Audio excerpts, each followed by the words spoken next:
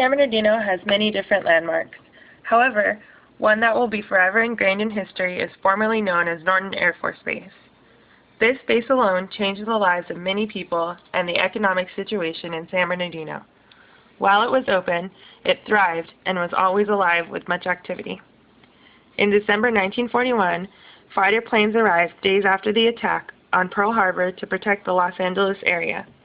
In July 1942, the name Municipal Airport, San Bernardino, was changed to San Bernardino Army Airfield.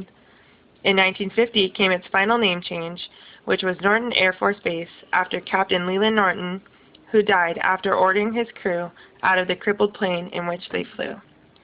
Norton was a center for military life in its prime years. Many families lived on the base and were able to buy groceries, get their hair cut, and be entertained all within a mile's radius. In addition, many celebrities visited the base in San Bernardino, including Chuck Yeager, who retired from the base in 1975. Also, Ronald Reagan visited the base in 1988, right before its closure.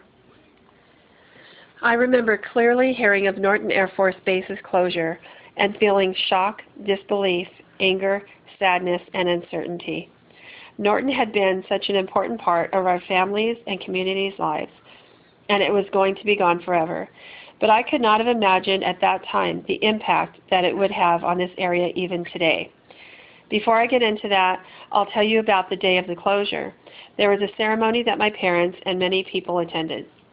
I didn't go with them, but remember when they came home and sorrowfully told me how it went. They said many veterans and others involved with the base for any length of time were very heartbroken. My parents' involvement with Norton Air Force Base started in 1963 when my dad was stationed there. My mom was pregnant with me at the time.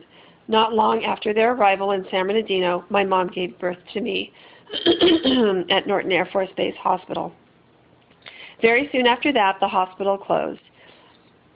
Even after my dad's retirement, my mom and dad still had base privileges. The base was a city within a city and was an important part of their daily lives for many years. The economic impact that the closure has made is exponential and far-reaching. The first thing that happened was the people and their families stationed there were relocated to other bases. Civilians that worked there looked for employment elsewhere, but many had to move out of the area as well or went on welfare. The real estate market and business in general suffered greatly because of the loss of so many people with an income. The area in and around the base became a ghost town. There was a complete ripple effect. The crime rate has gone up immensely, and the tax base has gone down. I believe that the closure of Norton Air Force Base has been the single worst thing to happen to this area. Now, with the economy the way that it is, things might never improve.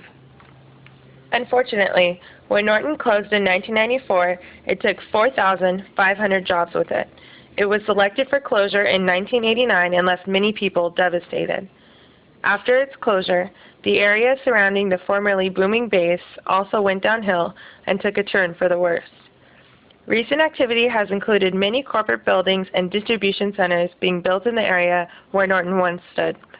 In 2008, Stater Brothers opened their biggest distribution center and corporate headquarters where Norton's once was.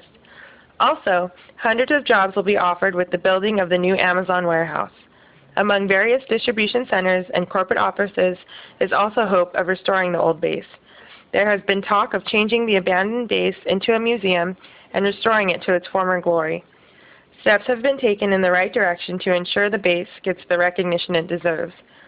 According to reports, a museum on the old base would also guarantee many jobs, which would boost the economics of the city of San Bernardino. Also, the building of millionaire private jet company has helped the economics already. Finally, the old base would get the glory that it deserves. The building of corporate offices and distribution centers where Norton once was will, in my opinion, boost the economy and help provide jobs. Even though nothing can replace the original base, I am hopeful that supporting the museum project will be profitable and will also help improve the city of San Bernardino in a much-needed way. Decide to roam. never take this sentimental journey.